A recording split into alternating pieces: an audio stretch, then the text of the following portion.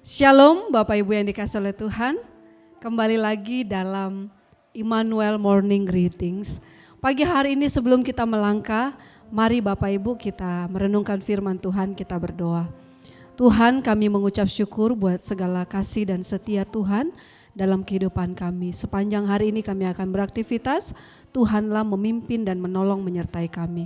Dalam nama Yesus kami berdoa. Amin. Pagi hari ini tema renungan kita yaitu pertemuan di Listra yang terambil dalam Kisah Para Rasul pasal yang ke-14 ayat yang ke-11.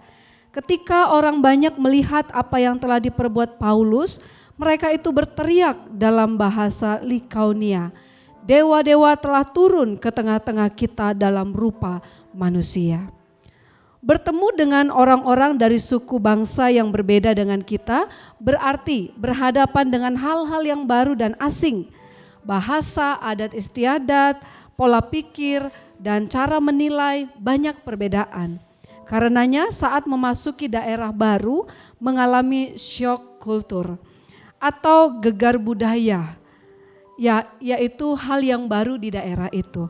Inilah yang dialami oleh Paulus bersama dengan rekan-rekannya dalam memberitakan Injil ketika Barnabas, Paulus mereka memberitakan Injil kepada orang-orang yang ada di Listra pada waktu itu. Mereka dianggap sebagai dewa.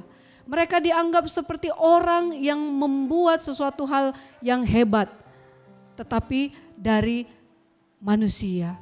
Nah, Bapak Ibu Saudara yang dikasihi oleh Tuhan, respon Paulus juga asing bagi mereka. Ia mengoyakkan pakaiannya, sebuah budaya Yahudi, sebagai tanda perkabungan dan berduka cita atas perbuatan mereka. Jadi Paulus tidak berbangga ketika dia dipuji-puji, ketika dia diagungkan, tetapi dia bersedih karena mereka mengagungkan manusia, bukan Allah. Situasi itu kemudian dipakai para penentang Injil untuk memperkeruh suasana.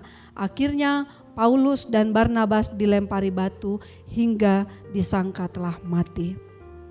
Saudaraku yang dikasihi oleh Tuhan, dalam pemberitaan Injil memang tidak mudah. Ada banyak respon yang kita terima. Tapi satu hal, ketika Paulus memberitakan Injil, dia berjanji untuk setia dalam mewartakan kebesaran Tuhan, bukan kebesaran dirinya sendiri. Saudaraku yang dikasihi oleh Tuhan, sepanjang hari ini melangkahlah dan beritakan kabar baik, beritakan kabar Yesus kepada banyak orang. Kata bijak pagi hari ini, membawa Injil hingga ke ujung bumi menuntut kita terus belajar memahami orang lain. Ketika kita memberitakan Injil, kita harus memahami orang lain. Shalom, Tuhan Yesus memberkati.